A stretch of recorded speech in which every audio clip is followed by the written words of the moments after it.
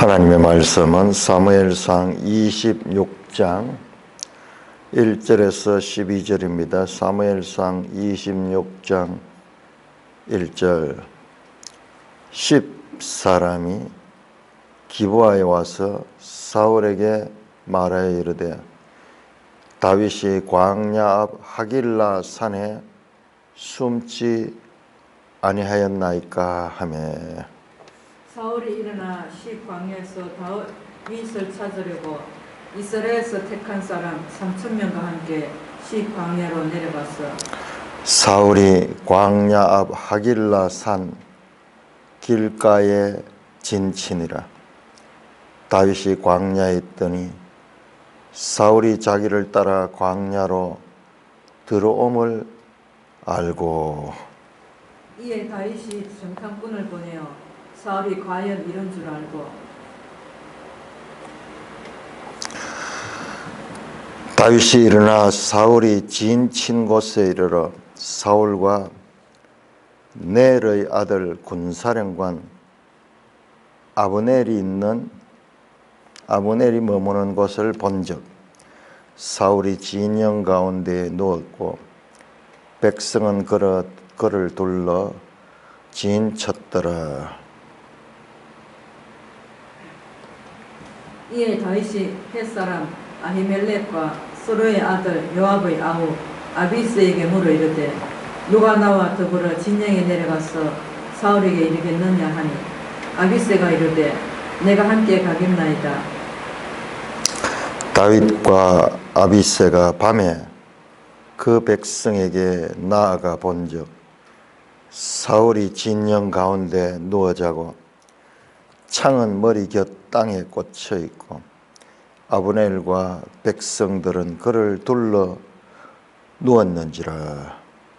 아비새가 다윗에게 이르되 하나님이 오늘 당신의 원수를 당신의 손에 넘기시었나이다. 그러므로 청하오니 내가 창으로 그를 찔러서 단번에 땅에 꽂게 하소서. 내가 그를 2번 찌를 것이 없으리이다 하니 다윗이 아비새에게 이르되 죽이지 말라. 누구든지 손을 들어 여호와의 기름 부음 받은 자를 치면 죄가 없겠느냐 하고 다윗이 또 이르되 여호와께서 살계심을 두고 맹세하노니 여호와께서 그를 치시리니 혹은 죽을 날이 이르거나 또는 전장에 나가서 망하리라. 내가 손을 들어 여호와의 기름 부음 받은 자를 치는 것을 여호와께서 금하시나니 너는 그의 머리 곁에 있는 창과 물병만 가지고 가자 하고 다윗이 사울의 머리 곁에서 창과 물병을 가지고 떠나가되 아무도 보거나 눈치채지 못하고 깨어있는 사람도 없음. 이는 여호와께서 그들을 깊이 잠들게 하셨으므로 그들이 잠들었기 때문이었더라. 하나님 아버지, 오늘을 감사합니다. 오늘 이 말씀을 통해 우리에게 교훈하시는 그 교훈을 잘 듣게 하여 주옵소서. 예수님 이름으로 감사하며 기도드리옵나이다. 아멘. 자, 26장은 내용이 24장과 비슷합니다. 24장에서 사울이 엔게디 그 굴에 들어와서 뒤를 볼 적에 다윗이 그를 죽일 수 있는 기회를 얻었지만은 죽이지 않고 옷자락만 베고 죽일 수 있었던 기회를 가졌다는 것을 증거로 제시했을 때 나중에 사울이 자신의 잘못을 뉘우치고 다윗이 장차 왕이 될 것을 시인하는, 그리고 자신과 그 가족들을 돌보아 달라는 울면서 정말 우리 그 장면이 24장 우리 한번 찾아볼까요? 24장 16절 한번 보세요. 내 아들 다윗아 이것이 내 목소리냐고 소리 높여 울며, 왕이 소리 높여 울면서 자신의 잘못을 회개했습니다. 지금 오늘 내용도 26장 후반절까지 다 보면은 내용이 거의 동일해요. 또다시 이제 자신의 잘못을 사울이 축복하는 내용이 나오고, 그리고 사울은 죽일 수 있는 결정적인 기회가 있었지만은 죽이지 않고, 그리고 배경도 비슷해요. 주변 사람들은 다 이 하나님이 당신에게 주신 기회입니다. 오늘 본문도 보면은 8절 보시면은 아비새가 하나님이 오늘 당신의 원수를 당신 손에 넘기셨습니다. 그러니까는 바로 죽입시다. 거기에 대해서 다윗이 9절에 아비새에게 이르되 죽이지 말라. 참 이거 우리가 보면은 사울은 계속 죽이라 그리고 죽이고 죽입니다. 그건 다윗은 그 왕인데 죽이지 말라. 하나님이 하실 것이다. 여호와의 기름 부음 받은 자를 죽이는 것은 그것은 우리가 할 수 있는 일이 아니다. 그건 하나님이 금하시는 일이다. 이와 같은 믿음을 가지고 그 사울 왕을 죽이지 않고 자신들이 거기 왔다 갔다 죽일 수 있는 기회를 가졌다는 것을 증거로 사울의 창과 물병을 가지고 갔습니다. 자, 그 12절 후반절에 보면은 자, 이렇게 다윗과 아비새 이 두 사람이 들어갔거든요. 그 적진 속에 3,000명이 때를 이루고 밤이 되니까는 왕을 중심에 놓고 부하들이 둘러싸 가지고 그렇게 이제 야영을 하고 숙면을 하는데, 거기 왜 두 사람이 가서 그런 기회를 가질 수 있는가? 이는 여호와께서 그들을 깊이 잠들게 하셨으므로 그들이 다 잠들어 있었기 때문이다. 그들이 다 잠들어 있다. 마치 창세기 2장에 아담을 잠재워 놓고 거기에서 하와를 만들어냈듯이 다 잠들어 있어서, 자, 그렇다면요, 이는 여호와께서 그들을 깊이 잠들어 그 위험 가운데서도 그 자기들의 목적한 바를 이룰 수 있는 것은 여호와께서 하신 것이에요. 이걸 분명히 기록하잖아요. 이게 성경이잖아요. 세상의 책들과 다른 점이 바로 이거예요. 그거 빼보고 나면 세상 일들과 똑같아. 사람들 이야기예요. 그러나 성경은 하나님의 주권을 다시 한번 선포하겠다. 이 모든 다윗이 한 일들은 하나님이 도와주시고 하나님이 은혜를 베풀어서 이룩된 일이다. 과거 엔게디 그 굴에 사울이 마침 그 굴에 들어와서 뒤를 보게 된 것도 하나님이 그에게 역사하신 것이고, 그 과거 이 사울이 창을 던져가지고 2번, 3번이나 사울을 죽이려 했대, 다윗을 죽이려 했을 때 다윗이 피할 수 있었던 것도 하나님이 그와 함께 하시기 때문이다. 그렇게 볼 수 있습니다. 이 사건뿐만 아니라 하나님께서 다윗과 함께 하시고 나발을 분노 가운데서 나발을 죽이려는 마음을 가지고 달려갈 적에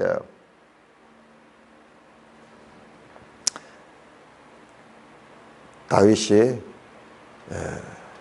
아비가일의 중재로 말미암아 그 분노에 휩싸여 살인을 하지 않았습니다. 살인을 하지 않았는데 그것도 하나님이 아비가일을 깨우쳐서 그와 같이 하셨다. 그렇게 볼 수 있는 것입니다.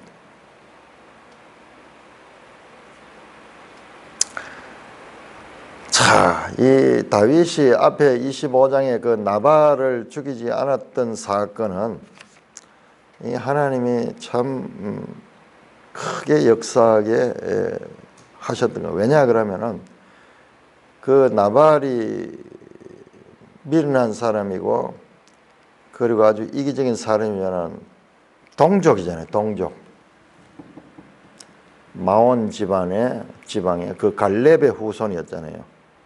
그런데 자기 동족을 자기가 죽이는 것을 그것은 이스라엘의 왕이 될 사람으로서 치명적인 결함이 될 수 있겠죠. 뒤에 또 그런 사건이 나와요. 그런데 하나님께서 막으셔. 블레셋과의 전쟁은 하나님이 허락하시지만은 자기 동족을 죽이는 일은 이스라엘 왕으로서 할 수가 없는 거예요. 그래서 하나님께서 아비가일을 통해 가지고 그 가오를 범하지 않도록 하셨죠. 뒤에 보면 이제 블레셋과 전쟁이 있어 가지고 블레셋 왕 아기스가 다윗을 시험하는 거예요. 블레셋과 사울 군대가 전쟁할 적에 거기에 장군으로 다윗을 세워가지고 앞세워가지고 싸우라고. 정말 위기죠. 다윗이 살라고 피해갔다가 자기 동족과 전쟁하도록 만드는 그 흉계를 가지고 이제 그러면은 다시는 이 다윗은 자기 이 동족들과는 원수 관계가 되기 때문에 자기가 믿을 수가 있다. 그 아기스 그 블레셋 왕이 그런 묘락을 가진 내용이 납니다. 진퇴양난에 빠져가지고 자기 동족을 죽이는 그 전쟁에 이스라엘의 대적 블레셋 편의 장군으로서 등장할 적에 그때 하나님께서 막으셔요.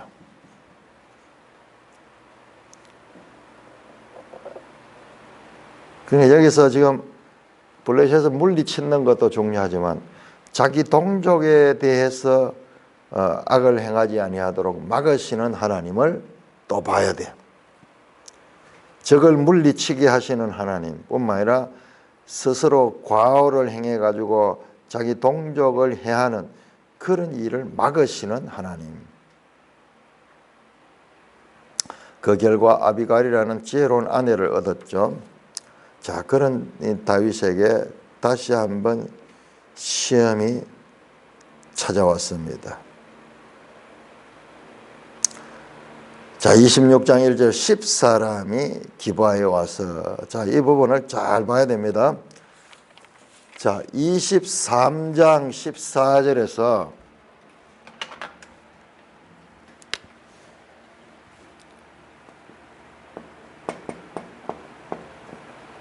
26장 25절까지는 여기 어디냐 그러면은 여기에서 나온 내용이 23장에서 10사람들 10광야가 나왔어요. 10광야.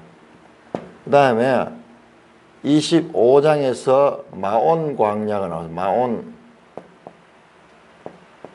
나발이 마온의 그 부자였어요. 그 다음에 다시 또 이 23장에서 24장에서인가 엔게디가 나와요. 엔게디 광야 또는 엔게디 굴이 나왔어요. 굴. 그 다음에 다시 또 10사람이 나오죠. 10사람. 요 같은 사람들이 요 10광야에 있었던 이 사람 이 두 번 다 지금 오늘 1절에 나오듯이 이 사람들이 사울을 찾아가 가지고 어디까지? 기브아까지 와가지고, 기브아는 사울의 고향이고 이 당시에 수도 같은 것이었죠. 10사람들이 저 예루살렘을 지나가지고 베냐민 지파의 기브아까지 와가지고 사울에게 다윗이 숨어있는 곳을 가르칩니다.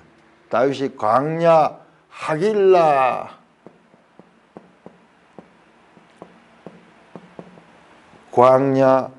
하길라 산에 숨었습니다. 숨지 아니했나이까? 질문하는 것이 되는데 숨었다는 말이죠. 숨었다는 숨어서 밀고 하는 거예요. 자, 이 사람들 보세요. 23장 한가 보세요. 자, 그래서 우리 14사람을 잘 기억을 해야 됩니다.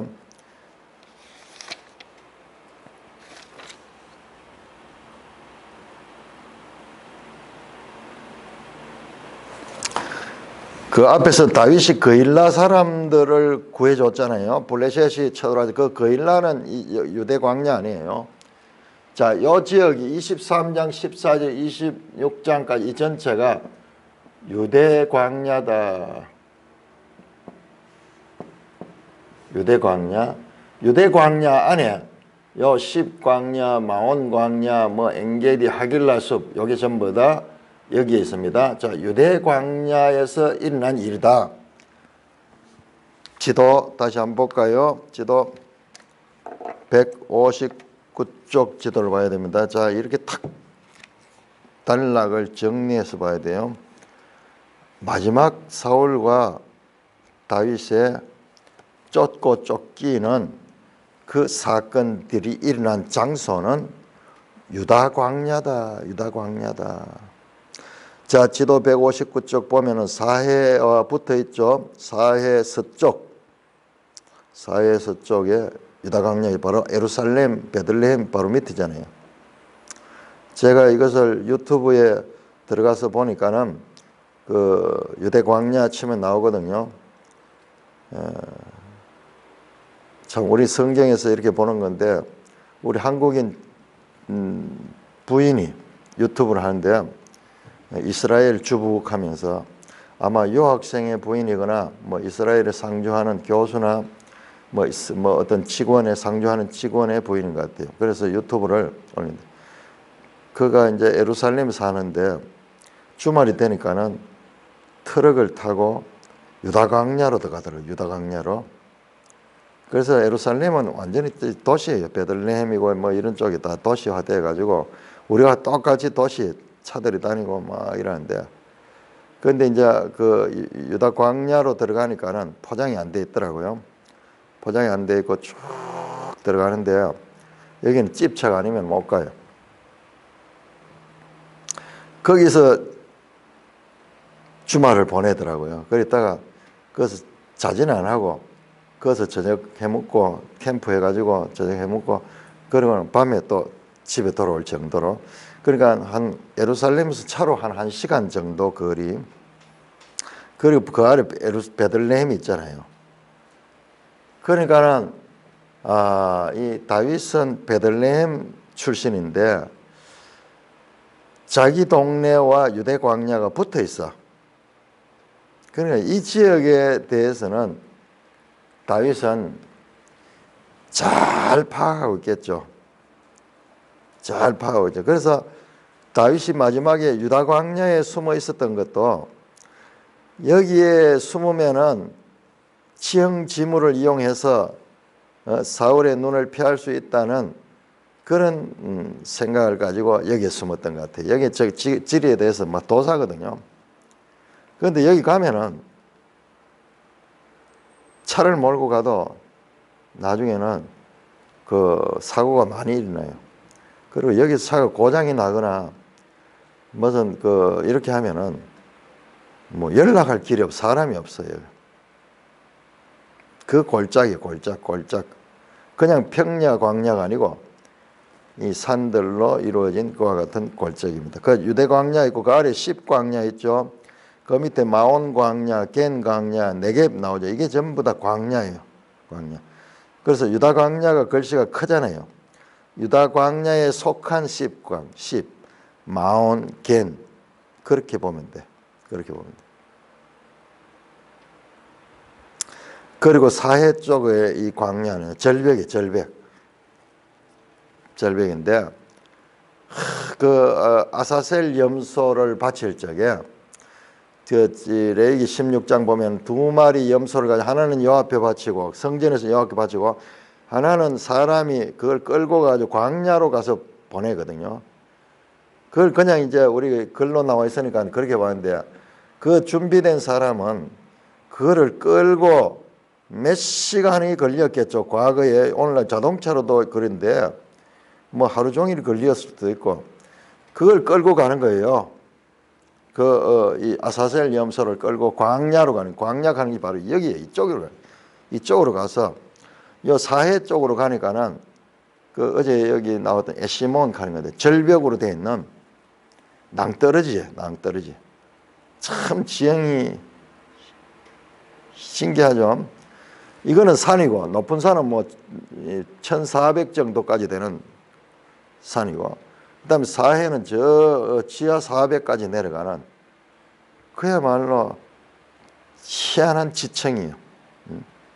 산과 절벽과. 그런데 그 아사셀 염소를요, 그 절벽으로 데려가는 거예요. 그러면 아사셀 염소가 나중에는 그 절벽에서 떨어져요. 떨어지면서 그 삐쭉삐쭉한 바위에 튕기면서 찢어지고 그러면서 죽어요. 이스라엘의 죄를 짊어지고 저 광야로 가서 완전히 그 죄를 짊어지고 아사셀 염소가 죽습니다. 그 피로 말미암아, 그 아사셀 염소의 피로 말미암아 이스라엘의 죄를 사하는 그와 같은 대속죄일의 의식이 여기서 행해져요. 그럼 여기가 아사셀 산 가는 게 있더라고요. 아사셀 산 가는 게 있는데 그렇게 가는 거예요. 그리고 광야에서 염소가 쭉 저기를 가는 거예요. 저기를 쭉 앞서가면서 점점 멀어지는 거예요. 점점 멀어져서 나중에는 보이지 않게 되는 거예요. 그래서 이스라엘의 죄가 사라지는 거, 사라지는. 예수 그리스도의 십자가의 보혈로 우리의 죄가 사함을 받는 것을 대표적으로 보여주는 그와 같은 대속죄일 의식이 여기서 행하는 것입니다. 자, 우리 사무엘서를 실감나게 읽을 수 있겠죠? 유다 광야로 다윗이 숨어 들어갔다.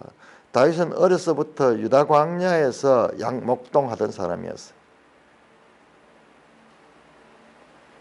그러니까는 3,000명의 군대가 와도 어떻게 피해야 될까를 다 알 수 있는 거예요. 다 알 수.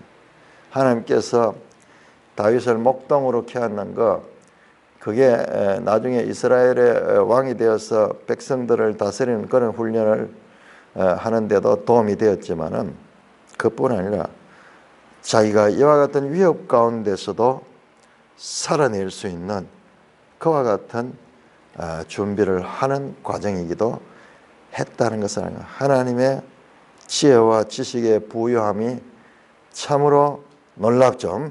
놀랍죠. 왜 유대 광야에 숨었는가? 그러니까 마지막 여기서 23장, 26장까지가 전부 유대 광야라고. 그 다음부터 이제 사울과 끝이 납니다. 끝이 나요. 다윗이 27장에 가면 어디로 가노 하면은 블레셋으로 도망갑니다. 블레셋으로. 그리고 사울과는 다시 만나지 못합니다. 그리고 마지막 사울과 다윗의 사건의 배경은 유다 광야다. 예수님께서 마귀의 성령으로 광야로 가서 마귀의 시험을 받잖아요. 그 시험을 받은 장소가 이 유다 광야예요. 유다 광야. 저 밑에 노란색 되어 있는 이스라엘과 저 이집트와 그 사이에 있는 그 광야 말고 신 광야, 수르 광야, 바란 광야, 그 광야 말고 유다 광야를 우리 따로 구별해야 됩니다. 광야를 구분할 적에 따로 구분합니다. 광야 하길라 산에 숨어 있다. 이 광야, 유다 광야 가운데서도 하길라 하는 것이 어둠이란 뜻이에요. 어둠. 여기에 절벽이 있는 거기에 숨어 있어. 엔게디가 보세요. 그 엔게디, 다윗이 숨었던 굴이 엔게디 굴인데 바로 사해 옆이잖아요. 사해하고 거의 붙어 있잖아요. 왜 여기 갔느냐 그러면은 이 광야에 물이 없어요. 물 나오는 것이 몇 군데밖에 없어. 그래서 여기에 엔게디에는 또 폭포가 있더라고요. 자, 우리 지도 한번 볼까요? 지도 48쪽 보니까는 48쪽 이 폭포는 그 폭포가 나오죠. 그 땅에서 폭포가 나오는데 저 어디 비도 안 오는데 어디서 저렇게 물이 흘러내리나. 사해서 쪽 엔게디에 위치한 이스라엘 몇 안가는 천년 폭포 가운데 하나다. 어디서 아마 땅에서 물이 솟아나오는 것 같아. 천년 폭포. 그 광야에 살 수 없습니다. 그 49쪽 보세요. 그 광야 나오잖아요. 그 뭐가 있어요? 녹색이라고는 없어. 그런데 여기 어떻게 양을 치느냐고. 그런데 알고 보니까는 겨울 되면 비가 와. 겨울 되면. 우리하고 정반대예요. 우기가 겨울이라. 그때 이제 풀이 많이 좀 있다 조금 보이더라고요. 자, 유다 광야에 10사람, 10 보이죠? 10광야 보이죠? 그 안에 10광야 바로 밑에 거기 지금 화살표 때문에 잘 안 보이는데 거기 지프, 지프니스. 우리말로 그냥 10광야는 좀 이상한데 지프니스, 그 지프 사람들. 자, 이거 기억해야 돼. 2번이나 10사람들이 2번이나 다윗을 사울에게 고발합니다. 자, 2절 사울이 일어나 10광야에 다윗을 찾으려고 3,000명을 데리고 옵니다. 이거 앞에서 계속 3,000명 군대를 끌고 다니는 걸 보겠네요. 24장에서도 3,000명을 끌고 다윗을 잡으러 그때는 엔게디 쪽으로 그일라 엔게디 이쪽으로 그일라로 그렇게 갔었죠. 그일라하고 이런 쪽은 블레셋과 가까운 지역이에요. 그러니까는 이스라엘의 서쪽이고 지금 유다 광야는 이스라엘의 동쪽이죠. 강 건너기 전 동쪽입니다. 다윗 사울이 이제 광야 앞 하길라산 길가에 진을 쳤다. 3,000명의 군대가 진 치려고 하면 널찍하게 잡아야 되겠죠. 다윗은 그걸 다 알고 있는 거예요. 다윗이 광야에 있더니 사울이 자기들 광야라는 이름이 많이 나오는데 제가 이번에 사무엘서를 하면서 광야에 대한 것을 새롭게 봤습니다. 우리 광야 그러면은 주로 저 출애굽 때 민수기 광야를 생각하는데 민수기 광야뿐만 아니라 사무엘상의 유다 광야, 민수기 광야 장소는 다릅니다. 장소는 다르지만은 그러나 이스라엘 백성 전체가 광야를 통과했고 이제 앞으로 이스라엘 왕정 시대에 왕조를 이룰 다윗도 이 광야를 통과했다. 그것을 알 수가 있습니다. 사울의 일행을 위에서 다 내려다보는 거예요. 다윗은 이쪽 광야에 대해서 지리가 아주 밝죠. 4절 이에 다윗이 정탐꾼을 보내어 사울이 과연 이런 줄 알고 확인했는 거예요.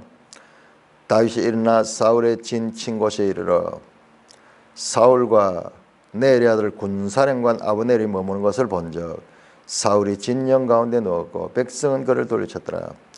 사울은 왕이고 군사령관 넬이 바로 옆에 탁 있는 것을 위에서 딱 내려다보고 있는 거예요. 백성은 그들을 둘러있고 왕을 중심으로 그렇게 이 진을 친 거예요. 6절 이에 다윗이 헷사람 아히멜렉과 수루의 아들 요압의 아우 아비새에게 물으되 자 여기에 수루야의 아들이라는 이름이 처음 나오는데 수루야의 아들은 아주 중요한 인물들입니다. 요압의 아우 아비새죠. 하면 수루야의 아들 두 사람 나왔죠. 요압과 아비새 나왔는데 세 아들이 유명한데 세 아들이 다윗과 함께 전쟁에 참여했는데 요압과 여기 나오는 아비새 더불러 가지고 또 하나 더 아사헬. 자, 이 사람들이 사무엘 하에가 아주 중요한 역할을 합니다. 이 사람들은 다윗의 친척이며 척근이고 아주 나중에 잔인한 부하들이에요. 훗날 이들은요 다윗에게 정치적 공경에 빠뜨리는 실력자들로서 다윗에게 위협이 될 정도로 권세를 휘두른 사람입니다. 그러니까 이게 지금 복선을 깔아놓는 게 한번 슬쩍 나왔어요. 뒤에 가면 이제 이 사람들 나오는 거. 우리 앞에서도 그랬죠. 계속 그걸 봐야 돼.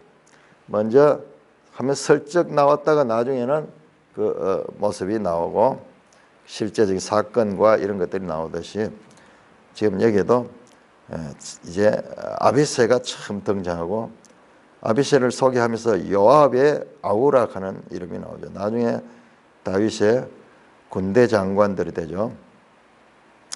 두 사람이 있었던 것 같아요. 햇사람 아히멜렉과 수르의 아들 요압. 다윗이 합니다. 누가 나와 더불어 진영에 가서 사울에게 있냐. 야, 다윗이 대단하죠. 함께. 지금 이제 600명 따라다니는 사람 중에 이 사람들이 있음. 함께 적진에 들어가서 과거 요나단이 했던 것 같이 그렇게 다윗이 부하를 보내는 것이 아니라 자신이 들어가겠다는 거예요. 누구 한 사람 내와 같이 가자. 그러니까는 아비새가 함께 가겠습니다. 그래서 다윗과 아비새가 밤에 그 백성으로 들어갔습니다. 아비새가 등장하죠. 조연 이 아비새가 나중에 또 어떻게 역할을 하는가도 기대를 하면서 기억을 해놔야 돼요. 아비새가 등장합니다. 진영 가운데 들어갔어요.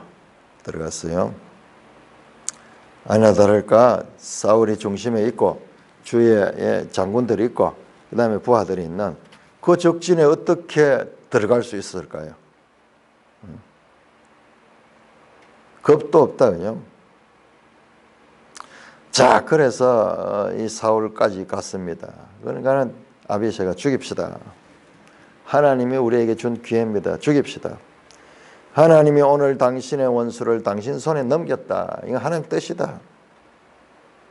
그러니까는 단번에 적살시켜버리자. 두 번 창을 쓸 필요 없이 그대로 꼽아버립시다. 그러니까 다윗이 죽이지 말라. 금합니다. 죽여버리면 얼마나 자기들이 편하겠어요. 아비새도 같은 입장이에요. 다윗과 같이 다윗 일행이기 때문에 사울이 죽일 거예요. 다윗이 죽이지 말라 그럽니다. 그리고 지난번 24장에도 그랬던데 24장하고 좀 더 다르죠. 24장은 그래도 옷자락에도 배했잖아요. 그런데 여기서는 그것도 하지 않습니다. 그리고 하나님이 치면은 치는 거지 내가 여호와의 기름 부음 받은 자를 치는 것은 여호와께서 금하시는 일이다. 그냥 창과 물병만 가지고 가자. 참 다윗이 대단하죠. 끈질기게 자신을 죽이려 오는 이 그대로 죽여버리면 될 텐데 그것이 그게 하나님 뜻이 아니다. 뜻이 아니다. 창과 물병을 가져갔다가죠. 이 창이 어떤 창이에요? 다윗을 3번이나 죽이려고 던졌던 그 창이고 늘 이 창을 가지고 있어 사울은. 이 창을 가지고 요나단도 죽이려고 했었죠. 그 창을 빼앗아가는 것은 아마 이 창은 사울이 아주 이 귀하게 생각하는 창인 것 같아요. 늘 자기 곁에 두는 그 창을 빼앗아갑니다. 물병도 가져갑니다. 이 광야니까 물병이 아주 중요하겠죠. 자, 이렇게 다윗은 사울을 죽일 수 있는 기회를 하나님의 뜻을 인정하며 하나님의 주권을 인정하며 그를 죽이지 않고 흔적만 가지고 갑니다. 자, 26장 13절에서 25절까지 교독합니다. 사무엘상 26장 13절. 이에 다윗이 건너편으로 가서 멀리 산 꼭대기에 서니 거리가 멀더라.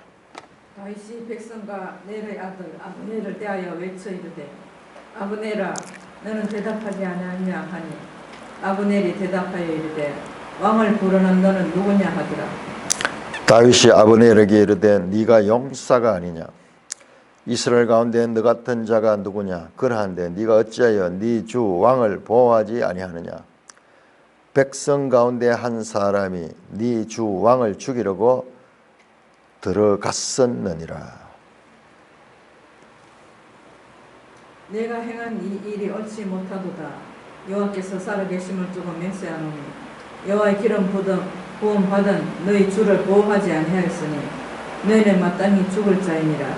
이제 왕의 창과 왕의 머리 곁에 있는 물병이 어디 있나 보라 하니 사울이 다윗의 음성을 알아듣고 이르되 내 아들 다윗아 이것이 내 음성이냐 하는지라.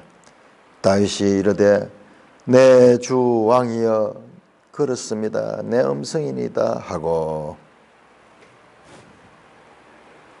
또 이르되 내 주는 어찌하여 주의 종을 쫓으시니까 내가 무엇을 하였으며 내 손에 무슨 악이 있나이까. 원하건대 내 주 왕은 이제 종의 말을 들으소서.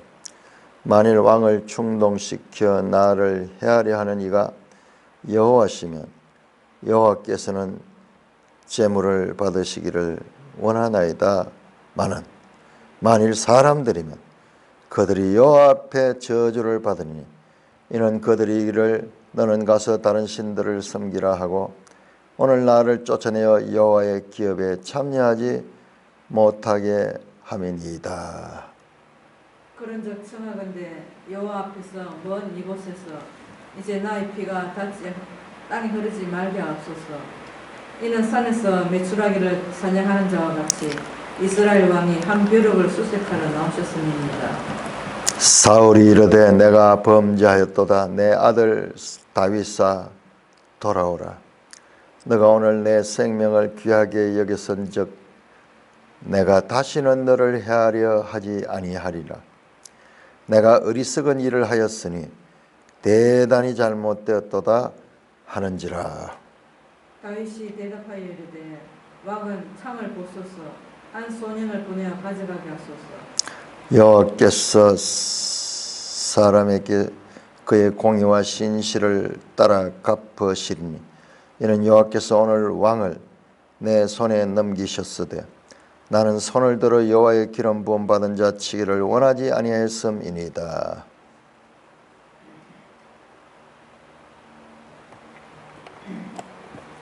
오늘 왕의 생명을 내가 중히 여긴 것 같이 내 생명을 여호와께서 중히 여기셔서 모든 환난에서 나를 구하여 내시기를 바라나이다 합니다. 사울이 다윗에게 이르되 내 아들 다윗아 너게 복이 있을지로다. 너가 큰 일을 행하겠고 반드시 승리를 얻으리라 하니라. 다윗은 자기 길로 가고 사울은 자기 곁으로 돌아가니라. 24장하고 참 흡사하죠. 그건 좀 다른 점은 이제 다윗이 건너편 멀리 산 꼭대기에 가서 말하는 거예요. 이 광야니까는 이게 소리도 막 들렸을 거예요. 멀리 있지만은 다윗이 먼저 아브넬을 찾습니다. 아브넬아! 아브넬이 왕을 부르는 너는 누구냐 하더니 아브넬을 부르는데 아브넬 자신을 왕을 불렀다고 이야기하는데 그래서 어떤 주석학자는 이 아브넬이 자기 자신을 왕이라고 생각하고 있다. 앞으로 나중에 이제 사무엘 하감에 좀 그런 거 나오거든요. 이제 그렇다. 이제 그렇게 보는 해석이 있는데 참 그거는 좀 지나친 것 같아요. 왜냐 그러면은 17절은 사울이 다 이걸 듣고 있거든요. 아브넬을 부르지만 사울도 지금 듣고 있어요. 그래서 아마 그렇게 말하지 않은가 그렇게 생각됩니다. 다윗이 아브넬에게 대해 내가 용사가 아니냐. 그런데 네가 군 사령관으로서 왕을 호위해야 되는데 어찌하여 우리가 가서 그 왕을 죽이려고 다 했는데도 네가 잠자고 있었느냐. 그러면서 네가 네 역할을 제대로 하지 못했다 지적을 하면서 한번 찾아봐라. 왕이 창하고 왕의 물병이 어디 있는가. 사울이 다윗의 음성을 듣고 내 아들 다윗아, 다시 또 나오는 거예요. 참 사울이 참 안타깝죠. 이 사울의 이 진실한 심정이었을 거예요. 자기 자신도 자기가 통제 안 되는 거예요. 죄가 자신을 지배하니까는 나는 생각으로는 내가 다윗을 용서하고 다윗을 참으로 사위로 맞이하고 다윗을 자기 군대 장관으로 맞이하고 같이 살고 싶지만은 그러나 또 한 속에 죄는 끊임없이 다윗을 죽이려고 하는 거예요. 그러니까 지금 오늘 아침에 조금 정신분열적인 그런 역할이 있어요. 저 무당 찾아가고 뭐 이러면서 이제 그런 이야기들이 이제 뒤에 나오죠. 뒤에 나옵니다. 28장에 나와요.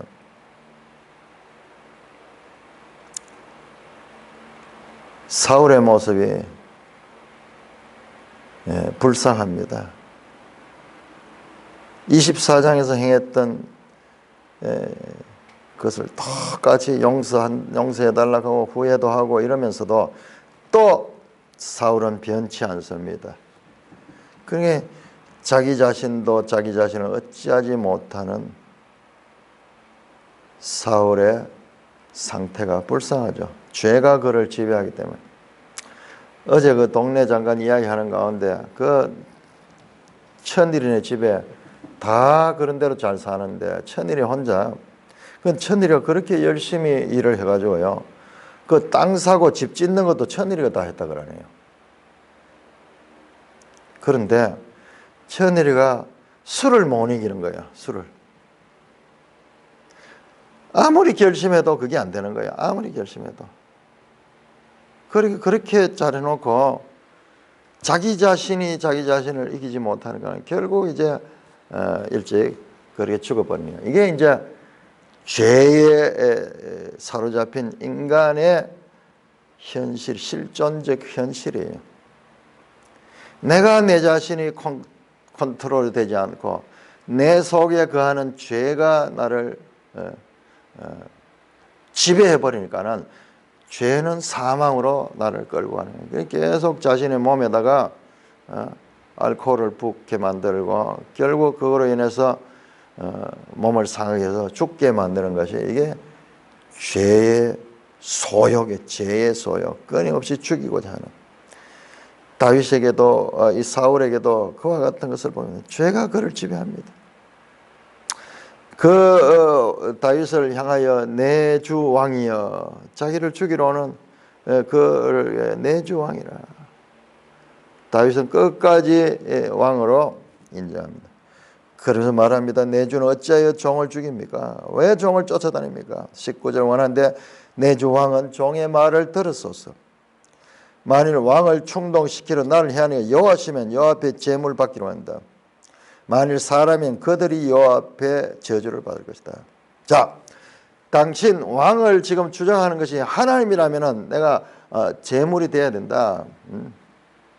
그러나 사람들이라면 하나님이냐 사람이냐, 여기 정교하게 나옵니다. 하나님이냐. 성경 전체 이야기가 이거예요. 하나님이냐 사람이냐. 하나님의 법을 에덴에서 줬어. 그런데 사람이 자기 꾀를 내가지고 그 법을 어겨버렸어. 사람의 소리가 하나님의 소리와 동등하게 들릴 때, 이때 죄가 역사하는 거예요. 이 세상이 사탄이 지배하는 것은 이 세상은 사람의 소리만밖에 없어요.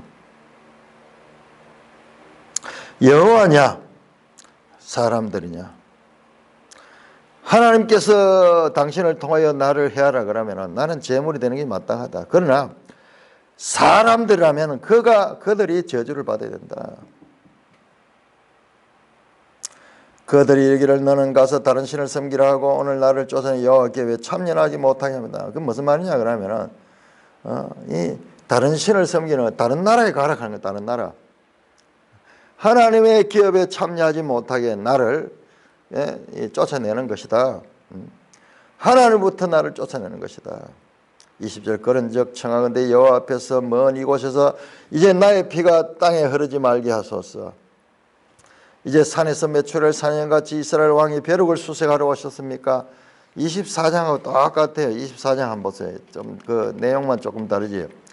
24장에서 그렇게 말합니다. 왕이 죽은 개나 벼룩을 쫓고 있습니까? 그거하고 마찬가지다. 자, 오늘 본문에는 메추라기를 사냥한 같이 벼룩을 수색하러 오는 것과 같다. 내 한 사람을 죽이려고 그 군대를 이렇게 끌고 오는 것은 그것은 잘못된 것이다. 그렇게 왕에게 자신의 심정을 토로하고 왕이 지금 잘못된 판단을 하고 있다라는 것을 깨우칩니다. 자, 그러자 21절 사울이 이르되 내가 범죄했더라 내 아들 다윗아 돌아오라. 내가 오늘 내 생명을 귀하게 여겼은즉 내가 다시는 너를 해하지 않겠다. 네가 나를 죽일 수 있는 게 내 생명을 귀하게 여겼는데 내가 다시는 하지 않겠다. 내가 어리석은 일을 했다. 똑같아. 24장에 똑같아. 대단히 잘못되었다. 다윗이 대답을 하여 이르되 왕은 창을 벗어서 한 소년을 보내어 가져가 있어요. 소년을 보내면 창을 돌려주겠다. 여호와께서 사람에게 그의 공의와 신실을 따라 갚으시니 이는 여호와께서 오늘 왕을 내 손에 넘겼을 때 나는 손을 들어 여호와의 기름 부음 받아 치기를 원하지 않습니다. 당신은 하나님 기름 부음 받아야 하기 때문에 내가 치지 않았습니다.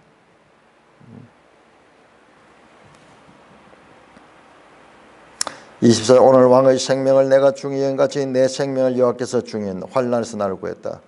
내가 왕의 생명을 귀하게 여긴 것처럼 하나님은 내 생명을 귀해서 내가 적진 가운데서도 죽지 않고 여기까지 올 수 있게 했다. 25절 사울이 다윗에게 내 아들 다윗아 네게 복이 있을지라 네가 큰 일을 행하고 반드시 승리를 얻으리라 하니라. 이 앞에 24장에서 나왔듯이 똑같은 네가 큰 일을 행하고 네가 앞으로 이스라엘 왕이 될 것이다. 그리고 너는 승리할 것이다. 그러나 자기 자신과 그리고 우리 가족들을 돌봐달라는 그런 말을 하지 않습니다. 불쌍한 사울이 죽음의 이 두려움을 가지고 끊임없이 그 죄가 충동하는 대로 이끌리면서 내 아들 다윗아 자신의 잘못을 알면서도 결코 돌이키지 못하는 죄의 지배를 당하고 있는 사울과 그 가운데도 하나님의 법을 따라 하나님의 뜻을 추구하는 다윗의 모습이 나타납니다. 사울은 그러면은 정말 그 이후로는 이와 같은 마음을 품지 않았을까? 아닌 것 같아요. 27장 1절만 한번 보겠습니다. 27장 1절 내일 보겠고 다윗이 이제 유대 광야를 떠나서 블레셋으로 가는 거예요. 그러니까 계속 사울은 이렇게 잘못을 말하면서도 고백하면서도 그러나 그를 지배하는 것은 정적 다윗을 없애는 것이라는 그 죄가 지배하는 상태에서 벗어나지 못하고 그랬던 것 같아요. 자, 더 이상 이제 사울과 다윗의 만남은 각기 자기 길로 갔다 하는 이 말에서 이제 서로 마지막 만남이었고 이제 사울은 28장에 보면요 변장에서 점쟁이를 찾아가는 그런 모습으로 두려움에 사로잡힌 모습으로 등장하게 됩니다.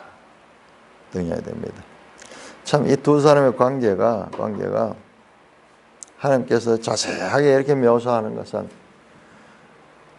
죄에 속한 사람의 삶이 어떠하며 그리고 하나님의 말씀을 그 죄가 지배하는 세상 가운데도 어떻게 지켜야 되는가를 보여주는 하나의 그림 언어와 같은 구체적으로 시각적으로 볼 수 있게 하는 그와 같은 사건들로 보여지는 것입니다. 찬송가 430장입니다.